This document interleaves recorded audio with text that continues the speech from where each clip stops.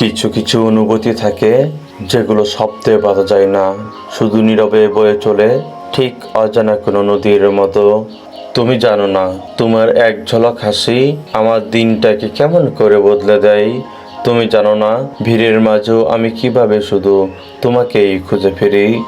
প্রতিদিন কতবার যে নিজের সাথে কথা বলি, আজ বলবো, কাল বলবো, নয়তো পরশু বলে দেব, কিন্তু তোমার সামনে দাঁড়ালে আমার সমস্ত সাহস কথাই যেন হারিয়ে যায়।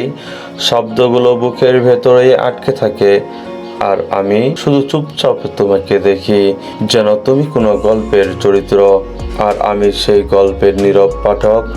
তোমার হাঁটার ছন্দে, তোমার চোখের অজানা ভাষায় আমি প্রতিদিন নতুন করে হারিয়ে যাই, কিন্তু তুমি কিছুই জানো না।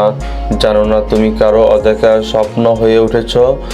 কখনো কখনো ভয় লাগে, যদি বলে ফেলি সব কিছু বদলে যাবে, এই নীরব ভালো লাগাটা কি হারিয়ে যাবে। তাই না বলা কথাগুলো আমি নিজের ভেতরেই যত্ন করে রেখে দিই।